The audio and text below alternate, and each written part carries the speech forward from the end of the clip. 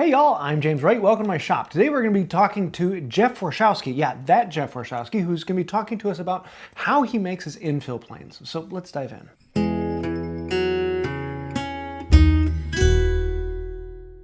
This is a presentation from the fall conference of the MWTCA in Bowling Green, Kentucky 2025, and it is by Jeff Warshafsky, and he is the one who owns Reed Planes. Yeah, that Reed Planes from all the adjusters and extra things you can get for planes. He actually makes infill planes, or not exactly infill planes, which he'll talk about here in a minute. But it was fascinating to see how he goes through making them and what actually goes into making an infill plane. But enough talking. Let's go see what he's got. So I'm going to give you a quick background of who I am and where I came from. My upbringing was pretty straightforward. I held stuff from my dad and grandfather and the boards like every other kid. And my grandfather and father weren't carpenters, weren't anything. They just had to fix things, and they fixed things with tools, power tools, whatever it was. And I didn't have a great, there was no vision or anything. And let's fast forward. I'm in college. I'm a college kid at Boston University, fall of 1973. So it goes back a little bit. And college, for a couple through 3 semesters, wasn't doing it for me. And I wandered into, at Boston University, program in artisanry. They had set up a program for crafts. There was woodworking, glass blowing, all sorts of crafts in there. It was great. I just sign me up. Where do I do this? Come on, how do I do this? I got to do this. And in a big university way, they said, oh yeah, sure, just transfer. Okay, do the paperwork, transfer. Dad, I'm transferring. Yeah, okay, cool, yeah, whatever. And I had 2 professors for a semester. Does anybody know who Jerry Osgood was? Jerry, amazing talent, amazing. And Dan Jackson was there out of Philadelphia. They were teaching this. And I was just like blown away. I was just, I got to do this. This is incredible. So here I am figuring out this whole other new path of life, and figured out I wasn't a really good student, but this stuff was easy. I could figure this out. It made sense to me. It worked in my head. And I was really enthralled with it, and I wanted to do it. So I did the extra work. It worked well for me, except there was no place for me in the program. They overbooked it. There was nothing to do. So Ian Kirby, does anybody know who Ian Kirby is? I was Ian Kirby's 6th student when he set up his school in Western Massachusetts, in North Adams, Mass. And my father said, I said, Dad, that's where I want to go. And Dad said, I got to be a professional lawyer, doctor, dentist, right? No. At least you'll have a trade.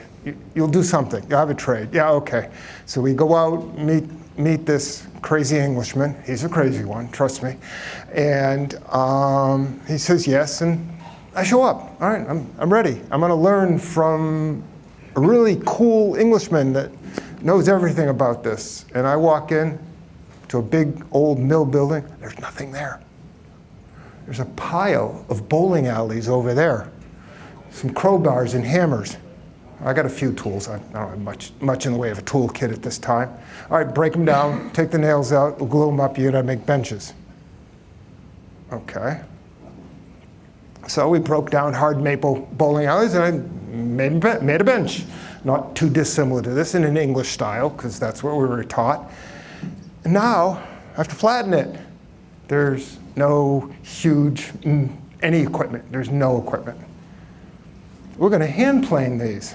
Now, I'd used a hand plane a couple of times, but I could barely make it sing. So we had to learn. We got taught. And I started falling in love with a hand plane. I surfaced many a bench with a number 7 Stanley. I have no idea the date or anything. It's at home. I'm not a date guy, but sharp and nice. I could take shavings. I could make a flat surface. I could make it true. I learned about winding sticks. I learned.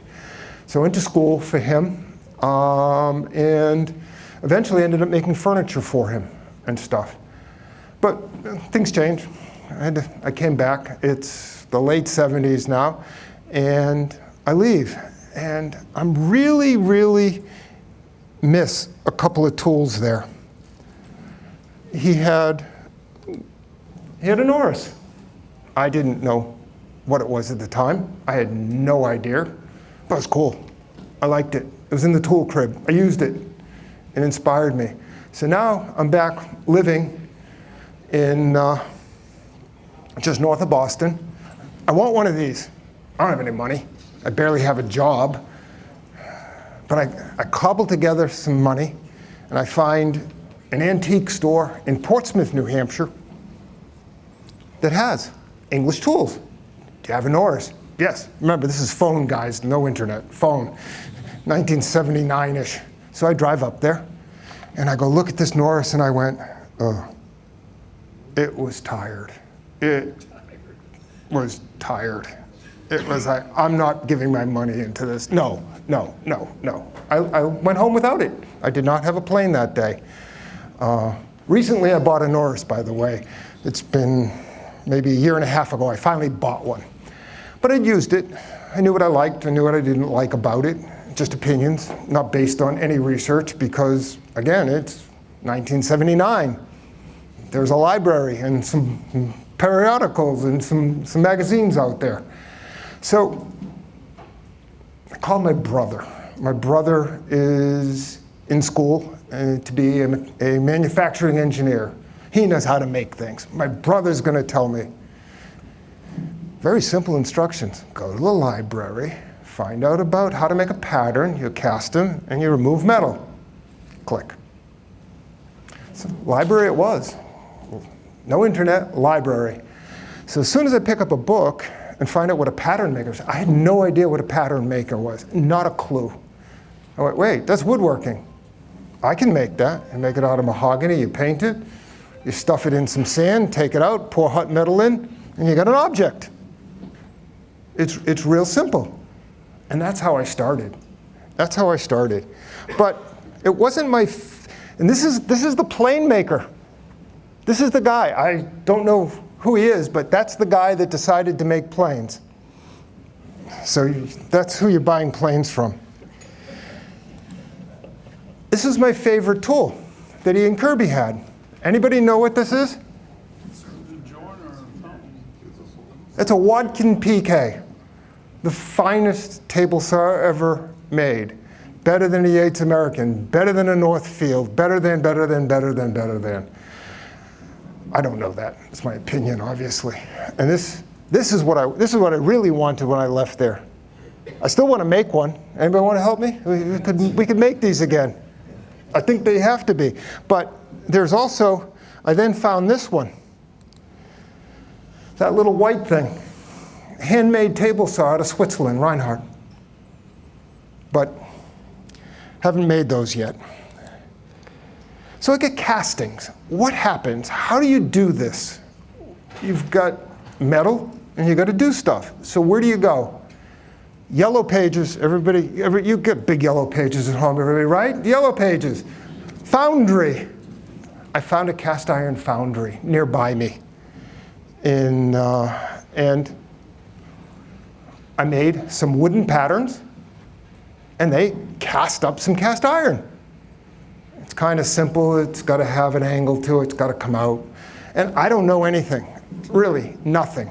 So these are huge and beefy. There's a tremendous amount of material that has to come off. This is not good casting, not at all. But I had an object. I had a cast. Now I got a problem. I got to get rid of material that's not a plane. Got to make it. How many people here are machinists? Okay. No, there's a problem here. Security? Thank you very much. Second. Two. Okay, I'm in deep trouble. So when these guys work, they work very differently than we work. But I'm a woodworker. I don't know what any of this is. I'm not even sure what an end mill is at the time. And you're able to have some castings. You can make them out of different materials. So I bought one of these in a catalog. It's an Enco round mill. benchtop mill. It is horrible. Nobody should ever buy one of these. Do not make my mistake. But you can make it work for what you want it to do. It can do things, but it can do things very slowly.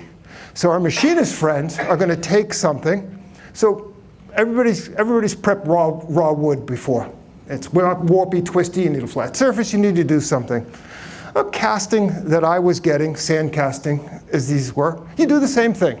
You got to establish some surfaces. How could you do this? You could put it on a big belt sander and get a flat-ish surface. You can do that. But you're going to need to hold it. So when machinists do it, there's jigs and fixtures that take days and days to make, to hold things so securely. Why? Because the machine they're using is this tall and this big and weighs a lot. So when you're removing metal, it just goes and does it. So when somebody needs to remove metal and do something, here's a fly cutter. Oh, by the way, these are great for working on small pieces of wood. You can just establish surfaces on a small piece of Macassar ebony or whatever you have. It's a pain in the tush to do by hand tools. These tools are great for that. A little face mill, and you can do things. But I have to hold things. I have to do things. Yes, that is a screw clamp that we all have. That's how I work. These fences, don't look. I put big jaw cheeks on it to hold this stuff. So now, I would never do this as a machinist, but as a woodworker, it made sense in my head. This is what I had to do. I needed to get a product out.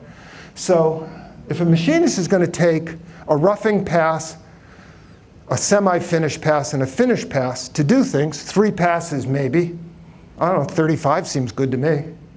And why do I have to take so many passes? Because I can't stress anything. I don't have the work holding ability. I don't have the mass or anything to do what I need to do to get rid of this. So I am not a machinist. I am not a good machinist, but I can hobble along and get rid of material as I need to. So that's kind of how I make things. You need to buy lots of tools. There's another black hole of tools. We're all familiar with that hole. And you need to pay attention to some details. An end mill cleans up the inside of a plane pretty quickly. Now I want to stop for a second. Everybody here, I'm assuming, knows what an infill plane is, right? You've seen them, you've done it. This is not an infill plane. I'm bedded in solid metal. Why? Well, you ever seen an old Norris? It's not so pleasant. Things happen to wood over time. So I decided, that was one of the first things I decided, was no wood. I'm not bedding my plane in wood. It's going to be in metal. I want to do that. Not very difficult. It's 45 degrees. Why 45? That's my only regret that I never researched to my satisfaction as to why we're going to bed this in 45. 45 work? Absolutely. Absolutely. 45 degrees is wonderful. Does almost everything. Is it the best for a very fancy, way too expensive, thank you, Jerry, plane? It may not be the best. It needs to be researched. James talked about that in the opening. We are going to produce data. Hopefully it's repeatable data, whoever wants to do it, because science is only good if somebody else repeats the data and tells us, guys, no, I did it and I come up with this and this. It's a discussion, it's a path forward. So we're going to do that because the steeper you go helps with tear out, but it's more force. So there's all these aspects to doing it. And yes, before anybody questions, these planes weigh a lot. Why? Why is a heavy plane better than a light plane? What is preferences? People like wood planes that are very lightweight, or do you like metal planes that are heavy, or do you like the infills that are heavy? What do you like to use? Sharp ones. So, sharp ones. We'll get to that in just a second, because that is the key. So I did an experiment recently. I'm on Instagram if anybody's interested. I put a bathroom scale down. I put a stop in front of it, and I planed with lightweight planes and heavyweight planes. And I found that I had to have enough downforce to create the shavings. So I'm going to use my force in two ways, down and forward. Heavy plane allows you to use a lot less downforce and just use your forward force. And then mass, once it started, it really doesn't want to stop. You can knack your finger pretty heavy with the heavy plane. So that was important. That was important to me to do that. And we're gonna, I want questions. If people have questions, please interrupt me. And we're gonna talk about Sharp. Let's talk about Sharp. When I first made planes, I put an ad in Fine Woodworking, about this big. Planes for sale, you know, and people sent me letters. You guys get letters now, right? No. People would send me letters. And there'd be checks in the mail. I would get checks to come in. Oh, this is amazing. Oh, I got to make stuff. And back to my brother. These are going to sell. My brother's first question, what are you using for a blade? I'm going to buy some blades and put them in the plane. Why? Well, I don't know anything about metallurgy. I'm not going to learn to make plane blades. These seem perfectly good to use.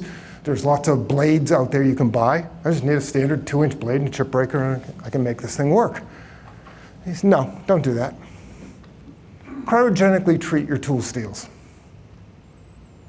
I said, what? Cryogenically treat it. So this is, again, 1980-ish. There's no cryogenically treated tool steels in the woodworking industry. Okay, where am I going?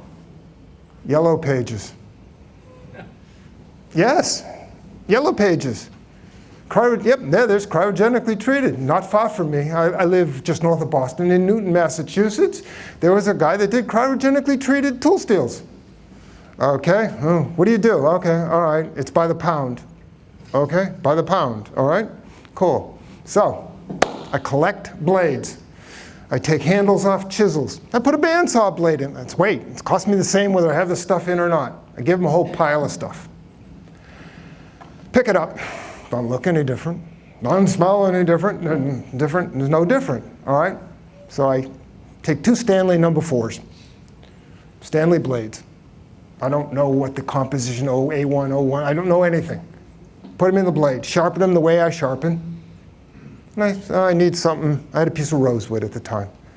So I'm counting strokes until I'm not happy. Simply planing a piece of wood. Okay, all right, seems about right. It's starting to get dull. I can see this, it's pulling, it's not perfect. So boom. All right, to grab the next one. My arms got tired, I stopped counting.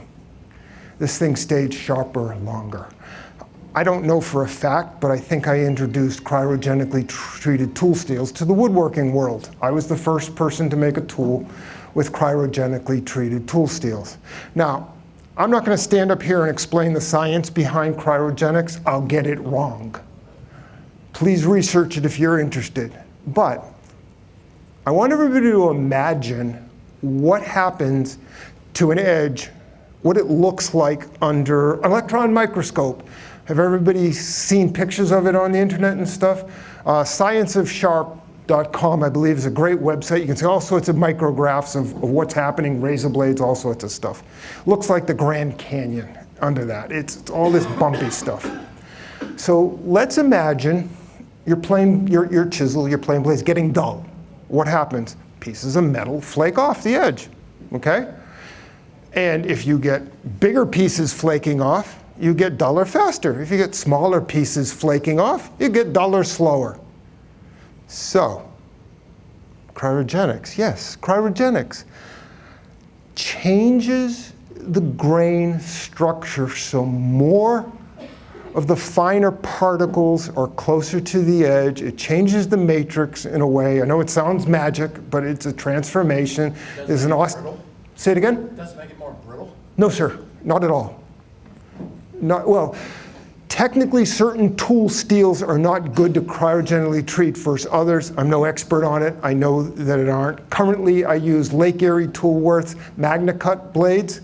Those are what I think are the finest. That's my standard blade that I use. And they are cryogenically treated tool steels, as well as powdered metal as they make it. And with Eye of Newton, a few other things dropped into the metal mixture to make it. There's all this great science behind it. If you want to go a rabbit hole, read about how the blades were developed and how these tools. It's proving, thank you, James has proved it to be more durable than the Veritas PV11. It holds up a little bit better. So it works great. I'm going to leave it as a phenomenon because I don't understand the science all that well. I remember I left college to go to the woodworking world. I didn't spend all the time on all the studies, but it's a real cool way of doing some things. I gave some friends some bandsaw blades, by the way, and they said they never dulled. You know, putting them in, getting them done. They were just thrilled. Can you do another one? The next run? Here's some bandsaw blades. Just put them in, and they would last a very long time. But no, to my knowledge, it does not get brittle. Let's talk sharp just for a second. I would get mail back. So when I sell a plane, it's used. Jerry, right? It's a used plane. This is Jerry Carpenter. He purchased this plane. Thank you, Jerry. And I would get letters back. How do I make your plane work the way I received it? It just doesn't work. So I'm giving a plane that's sharp, take wispy shavings off, do whatever you want. So sharp matters. Greg Pennington, I don't know if you folks know him, he's in Tennessee, chair maker. I did a class with him.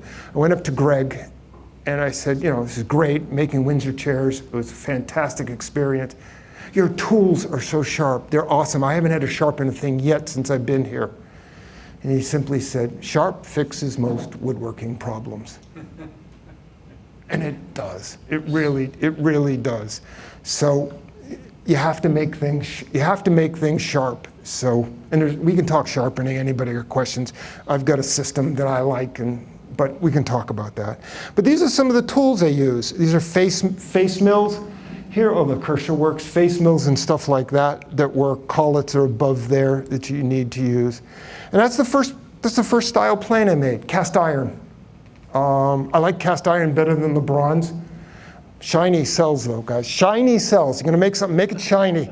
It sells much better than the gray steel. And the reason I like it better is the porosity in the bottom holds some paraffin when you're using a bronze plane, whoever it is. It's not as porous. You have to put a lot of paraffin on it. You want to do it. So let's fast backwards to 1990 or 92. Garrett Hack's writing a book on hand planes, and there's a chapter about me in there. I thought this is going to be great. Yeah, nothing happened. Nothing at all. But it was just great. It was good. I got to meet him, help him work on a book. It was just an awesome, awesome experience. Many of you have this book. You'll find a chapter of me in the back. So you can see some more stuff. When are you going to write your book? No thanks. I'm having enough trouble talking to you guys. You don't write a book. Yeah, so people have asked me along that line, why aren't you on YouTube? I couldn't edit. It would take me a month to edit a 3-minute video. There's no way it would work in my head. So now I want to sell these planes. Sorry, I didn't want to deal with you guys. I didn't want to deal with the public. I just wanted an intermediary. I went to all the big names, Woodcraft, Garrett Wade, all sorts of places, trying to sell my wares. I make planes. Yeah, that's what I heard. Crickets. I didn't get anywhere. Nobody wanted, until one person decided he wanted me to make planes for him. A guy by the name of Robert Major from Mahogany Masterpieces out of New Hampshire, selling some very high-end stuff. I showed up at his show. He was doing a trade show. I had a couple planes, showed him what I did. He wrote me a check. I was like, what? Yeah, no, I'm going to buy this many. Here's the check. So now I had a distributor.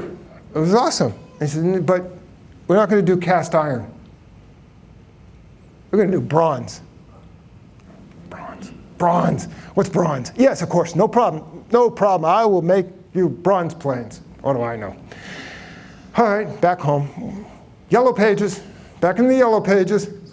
Yes, Dennis? Do you ever use Thomas Register?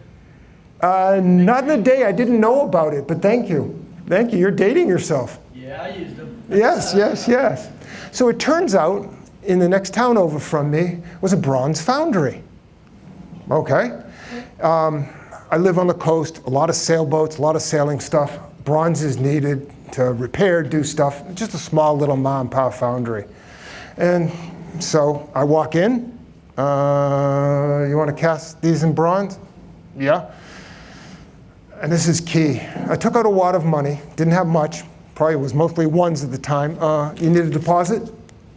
No, we're good. So remember that kid? It didn't look much different than that going into the foundry. But he said yes, he would cast them for me. So I got bronze castings made. And worked out great. They shine, they really look shiny. They're really, really good. So I was asked to use Macassar ebony handles back in the day. I've since chosen not to use tropical woods, personal reasons, but I don't use it anymore. I don't do that anymore. So we started making these and selling them.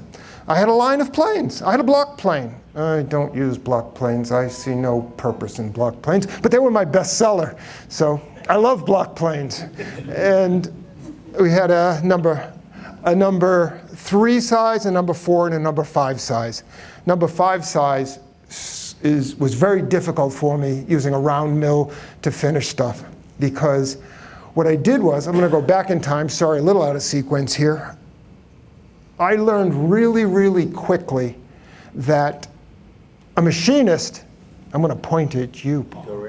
A machinist can do things I can't do very efficiently and well. But I didn't trust them. I didn't know to trust them if I gave a tolerance. So hang on. How many people have designed something, done the drawings, and handed it to Paul to make? Come on, raise your hands. How many people? So you've done that. Awesome. Isn't that about as scary as it gets? No? Not scary. So I had to do drawings. I had to communicate to a machinist what I wanted, how I wanted, in a language I didn't know. That was interesting. I got some phone calls. Oh, huh? Oh, okay. So they would do awesome jobs, and I was able to do that. It was a real interesting transformation. Since my career, other things, I've drawn things, done that, and made it and sent it out to be done. I mean, I make some other things you could, with Reed Plane's name on it, some adjusters and various things. And I do it a little differently. We can talk about that casting if folks are interested. But so I'm making all sorts of stuff, castings and doing things. And they sat for a long time because my distributor went out of business. Bad businessman, happens. And life sent me in a little different direction. And I didn't make stuff, I didn't make planes for a very long time. They sat. These are some examples of some prototypes that I played with. This one here is a true infill. This one here, I was playing with another true infill to do some stuff, and another infill. So I have made infill planes. And I ended up finishing these. This is recently out of my basement shop, and I did finish them and make them all work and do some things. I ended up having to complete them. So that was a lot of fun. I even have dovetailed planes. Look at that. That's a sliding dovetail, Paul, that goes across the side. So I dovetailed and I just slid the piece in. Never doing that again, thank you very much. Nah, it's crazy stuff. So when I found out about Norris planes, when I started, I made dovetails, I made drawers and stuff. I ain't dovetailing metal. No. That's crazy work. I don't want to do that. But I have done some stuff like that, a little plane like this to experiment with. So now what do? I'm going to make a plane. You're looking at plastic, aren't you? You're looking at 3D plastic. So I like to design using CAD program, 3D model. So you 3D model, you send it off to a 3D printer, choose your material, it comes back. Sometimes it works. Sometimes it's in the trash and you're back on the computer redesigning and stuff once you have it in your hand. As magically as it may seem, I can rotate this in space. I can spatially see all the stuff I've done, and I still get it wrong. But it's an easy way to do it. You can make prototypes and do stuff. So that's what I do now. And a lot of the stuff you'll see, not these planes, but the other stuff I sell, is a lost wax casting process. You get a much better surface, and your tolerances are much better. But casting is a funny thing, because you can have defects that you can't see. Look at that. This here just totally had porosity in the back of the casting. Things happen, stuff happens. Now, if you're curious, there are let's divide castings into 3 sort of groups. Sand casting, which is the really old school traditional casting. You can do that, basically, is literally a very, very fine sand. Yeah, push something in, take it out, pour metal. You might have seen videos to do it. Lost wax. You take it, pour it in, the wax disappears, boils off when the hot metal comes in, and you get a much better surface, much better surface. And then there's investment casting. Investment casting. Spend $10,000, $12,000, $15,000 for a form, and you get your object, and they hold tolerances to 2 or 3 decimal places. So it's going to be plus or minus 0.002. That's pretty good. And what that does is you don't have to machine as much. You can take off less material. Things can be done. It can be faster. All this other stuff that can happen. I chose not to go down that route because I'm a very, very small seller. I don't do that. I'll spend my time taking wisps of shavings off of metal to do it. These are some prototypes. Hopefully someday I'm going to have a new block plane out. I've got a few ideas that seem to work in some prototypes, and I know you guys like block planes. I literally do not use one, except if I would be a carpenter putting shingles in, there'd be a block plane in my apron. But other than that, it's not a cabinet maker's plane. And this comes from my schooling. Ian Kirby saw a block plane, he threw it away. You're a cabinet maker, you're not a carpenter. What are you doing with that tool? Doesn't do anything. You don't need it. So I want to lose a block plane. Oh, it just disappeared. So I didn't have it, but they sell quite well. Norris adjuster. Oh, it's a wonderful thing. It really is. A little overcomplicated. I didn't know how to make it. So I went simple. I've got a carriage that goes into a chip breaker. I've got a post that goes into a hole. And there's no, in this picture there isn't, there's two nuts that go in here that jam it on. So what happens is this thing wears. All of a sudden the nuts loosen. Tighten your nuts. It's pretty simple. 2 jam nuts. Get one right, get it, jam them 2 together. You're not going to get much slop. Okay? Piece of brass going into steel all the time. Piece of brass. What happens? It wears. How are you going to fix that? How are you going to get rid of your slop? Hit the brass with a hammer. Mushroom it out a smidge. Take a file. Boom. It's a nice fit again. So I was able to solve most of the problems with backlash that aren't related to screw threads and stuff like that to get a much finer adjustment. As a matter of fact, fast forward now, one of the first things I put out was, you might have seen my yokes. I make a file to fit yoke that'll do that. So you can get a really nice tight feel to that. I also make Stanley knobs. I'm not trying to sell stuff, I'm just trying to show you what I'm doing, is knobs with a much finer adjustment. And you can get a Stanley plane will have 1.5, 2, sometimes 3 rotations before it engages or backs off. It doesn't make the plane not perform any well or worse, but it's sort of annoying. And I found a market, people like the more precision to do that. So we modify. Modifying tools that were never designed to be modified is a whole other rabbit hole. All sorts of fun things happen. When I first started making planes, I was buying adjustment knobs. Black oxide as a cap iron holder and a piece of stainless steel that would go on the top of a plane. If you remember, the Norris had a very, very small adjustment knob. It's not user-friendly. Sorry, I never liked it. I wanted something bigger, so it did that. Now I'm casting these and stuffing a piece of wood in. There's an infill. I'm putting a piece of wood in there. Works much better. A lot of fun to do this.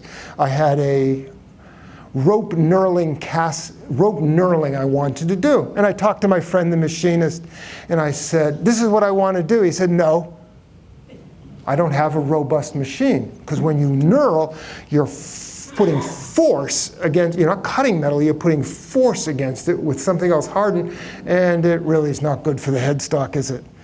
You gotta have a really beefy. You have to really beefy machine, a really beefy machine to do that. So I cast these. They're not perfectly round, but it's not a wheel on a car. It's good enough. It works pretty well to do that. And you're able to put some pretty fancy woods and make them look pretty spiffy. It's kind of fun to do. So how do I make my planes flat? Anybody have a guess how you do this? Paul over here, sorry, you're going to be part of this, man. Okay. Paul over here would put them on a surface grinder.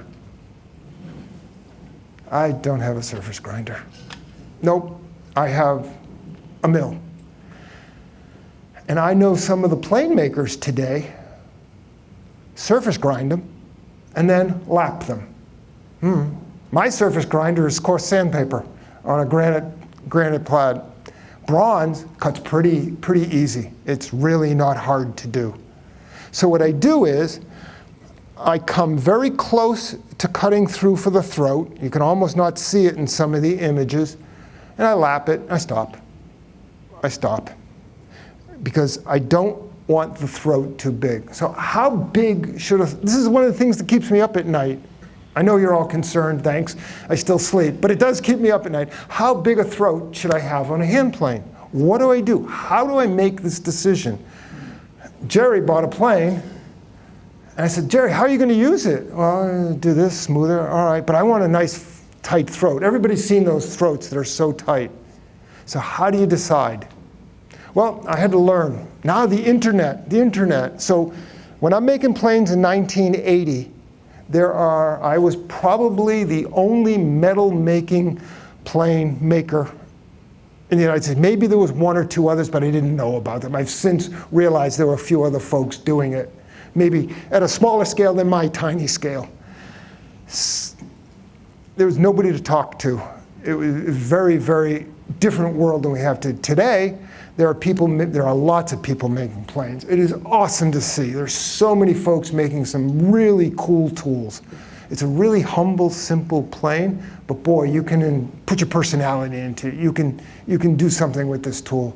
So there's a guy over in Scotland, I believe, Carl Holte. I don't know if anybody's familiar with his planes. So Carl wrote quite a bit on how much of a throat you should have. I've never corresponded with him, but I've read his stuff, and it made sense to me. So my rule of thumb is my throat opening is 3 to 4 times my thickness of my shaving. Now this is for a smoothing plane, the last plane you're going to use. And that's how I decide what to do. So that's how my throats are created. That's the thought process behind that. You don't use the thickness of the blade to do your throat? You consider it a chip? Say it again? You're not measuring the thickness of the blade for the throat, you're using the chip as your... I'm using the thickness of my shaving, my goal thickness of shaving. So if I want a 2 thou shaving is as thick as I want to go, I'm going to have a 6 to 8 thou mouth gap. To me, that's fine. That works quite well. Let's see. This is what I currently have. I have a real benchtop mill. This is so much better. It's a Precision Matthews. It's a square column. It goes up, and it does so many. It's just amazing. So much easier than the round column mill. And that's how I make most of my stuff now. I do that. I still use machinists to do the rough work, the bull work, because it's so much more efficient. But then I finish everything by hand. Yeah. Does the tooling change from bronze to cast iron? Beats me. I'd have to ask a machinist. I just use a tool. Yes, you normally do. Like the angle, your lift on your chip lift out, and your materials, like on cast iron, you could run carbides with certain coatings on them, titanium nitrides, Ty-Allen coats, to help give you a slick finish so things don't stick. Bronze, you could actually get by with high-speed steel. Yes, but works well. You still can run just a bare carbide on it. It needs to be micrograin, so it has a nice sharp edge, so that you get the good clean cuts. And the tools are expensive, and they go dull, and you need fancy tooling to do certain things. I'm a woodworker. I use a chisel on bronze. We'll show some pictures. So I take tiny little wispy shavings, like he's laughing, stop. Tiny wispy, Exactly what you want to say. wispy shavings, and I take a lot of passes. Machinists don't do that. Woodworkers do that. I mean, I hold it with a C-clamp. It's silly stuff. Oh, a woodworking lathe to do metal. Works great. I don't have a metal lathe. Jeff, your long end mill on before, where you're taking little light cuts, you have to do light cuts. We wouldn't be able to take a heavy cut either, because you'd flex the tool. You're right. Right. So you've got a 1/2-inch diameter high-speed steel tool. I've bent them on those silly little mills of mine.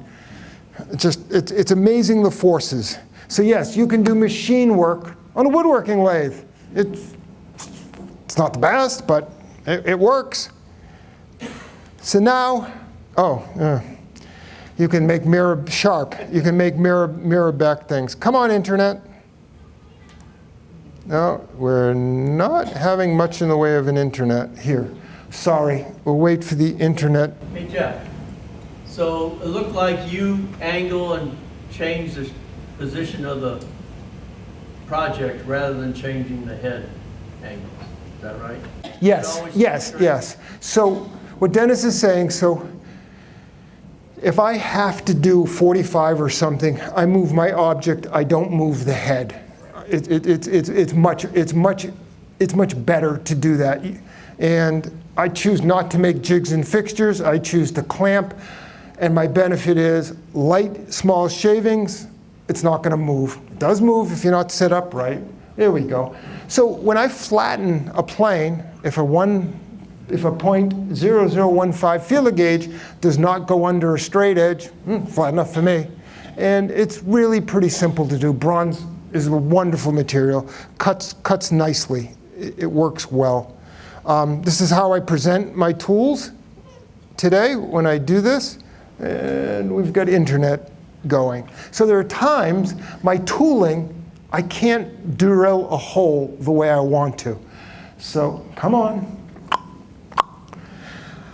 I take a piece of wood, make a guide for a drill, and I'm able to then drill a pretty straight, true hole. A machinist might do the same thing on a piece of metal, but what do? Buy a special tool to do this? Every time I would do this stuff, the tooling starts to cost, the time starts to cost. These are things I can do. So I have to drill and tap a hole.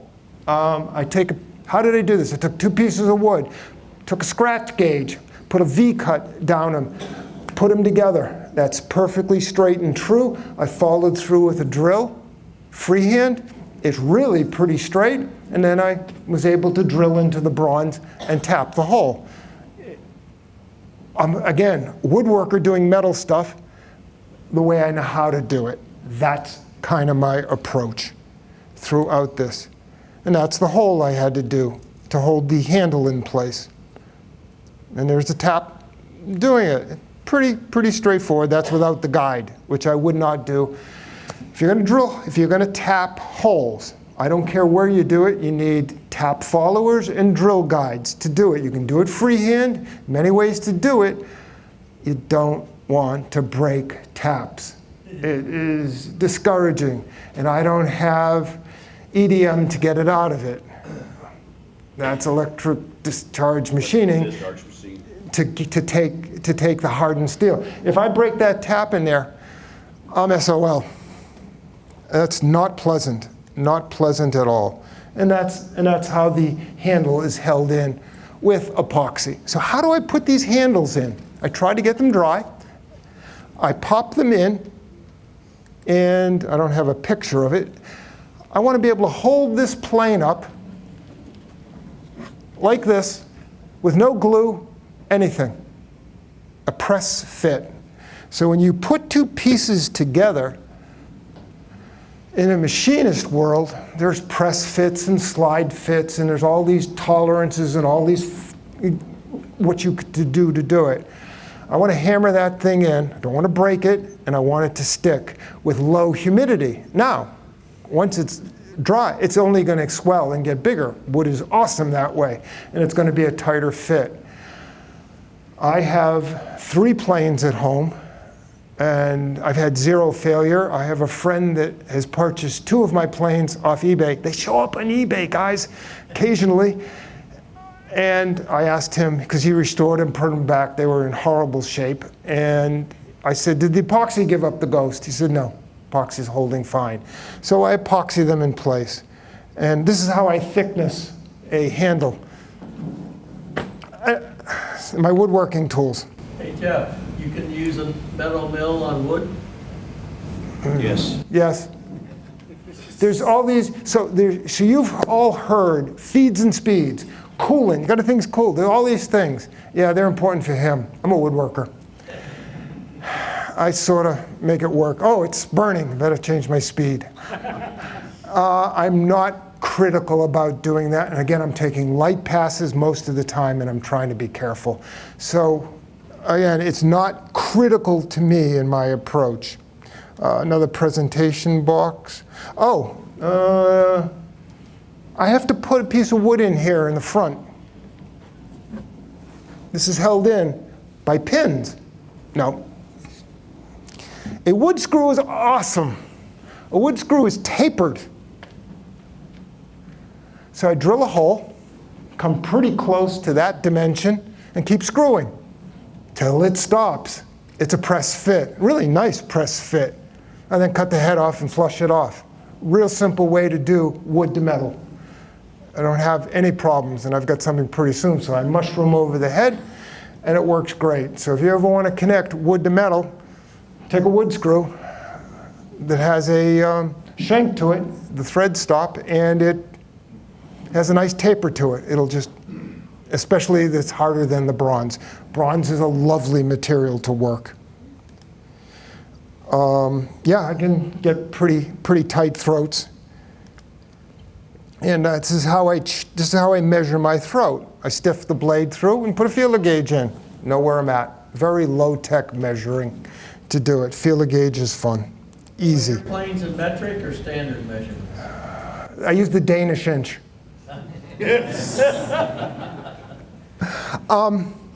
Now, you see a chisel here, right? Chisels work great on bronze. Yeah, I'm sure there's some special ways to do it. We're not listening to him. Make blunt chisels, different angles, blunt them, and you can take shavings off. There's a shaving being taken off with a chisel. Why? I'm a woodworker. I have chisels. I didn't want to buy tooling, especially, you can go crazy buying tooling to do things. And I don't need to.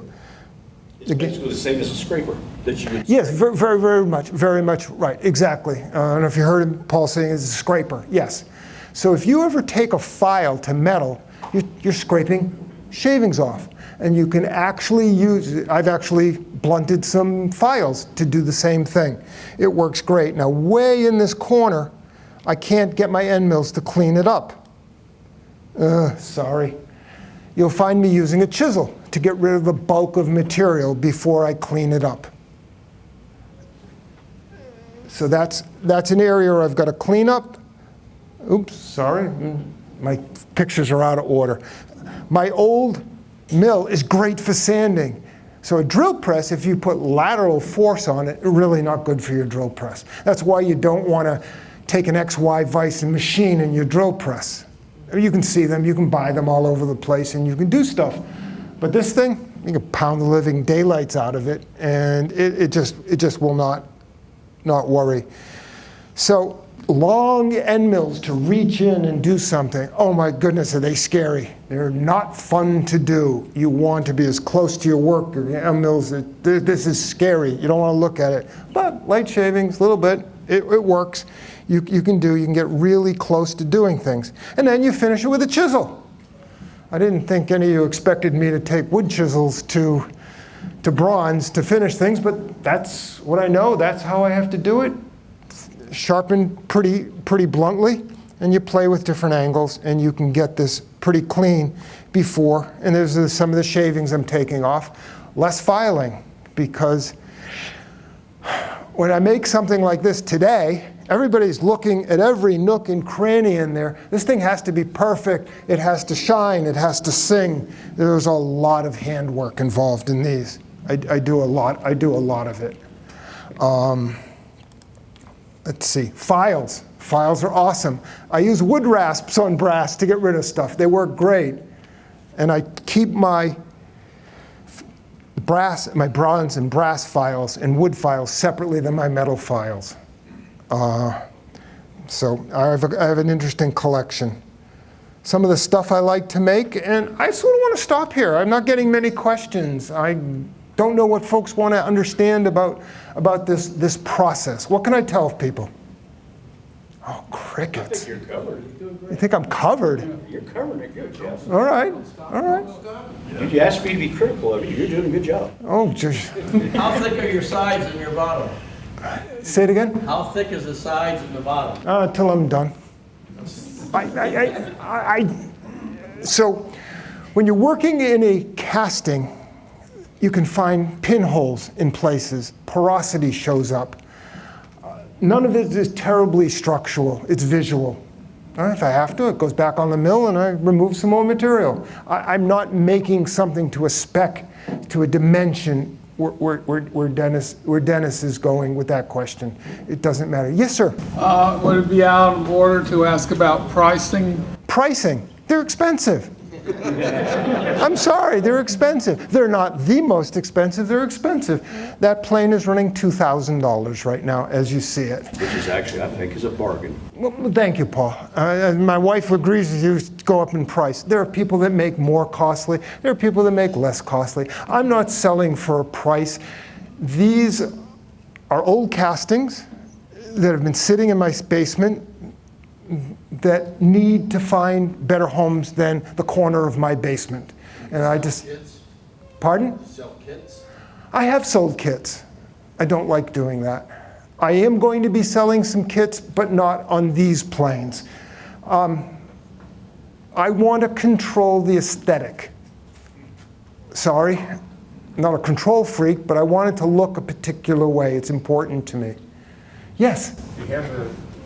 Do you have to season the castings before you start? Oh, excellent question. Excellent question. Yes. So when you get a casting out of the foundry, and then you do something to it, it wants to move. Not unlike a piece of wood. You've machined that piece of wood, it's perfect.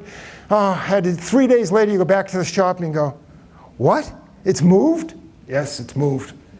Bronze metals will like to do that. Those sat for a gazillion years in my basement. I believe after partially machined, they're not moving, but they can move. So new castings, you have to season them. There's a whole process in heating them up, bringing them back down slowly to get them back to where they're stable. You need to do it. You want to ask your foundry to do stuff when you're doing all that, and they probably won't do it very well. So yes, you have to pay attention to that. That's an important part. If not, you'll have something that's unpleasant that you may not be able to fix. Is there a certain hardness you look for? Say it again? A certain hardness. Hardness. Yeah, to the bronze, it's soft. It's a soft material. This is going to scratch easy and stuff like that. I don't know the hardness. I've never tested it. Yeah, as you're fabricating the wood pieces that go, in infill, any tips or tricks? And you try to fabricate it so it slides right in? I hand plane them to size. That's what I know. Paul's laughing. You just mill it to the size. Just mill it and mic it, and you'll get the size you want. I'm more comfortable with a hand plane. So I will take a hand plane, plane that small piece, and do that. So when you hand plane a small piece of wood, how many people put it in their vise? Why? Somebody tell me a good reason to put this in a vise. I like the stability. Hold it? Why? Why do you want this thing not to move when you're hand planing? What is the advantage? Because if it moves, then the plane just pushes it. So if your forces, you've got this against a stop. If your force is this way, where's it moving? Right, can't move. It's against the stop. It's against the stop. So you've got a piece of wood, it's small.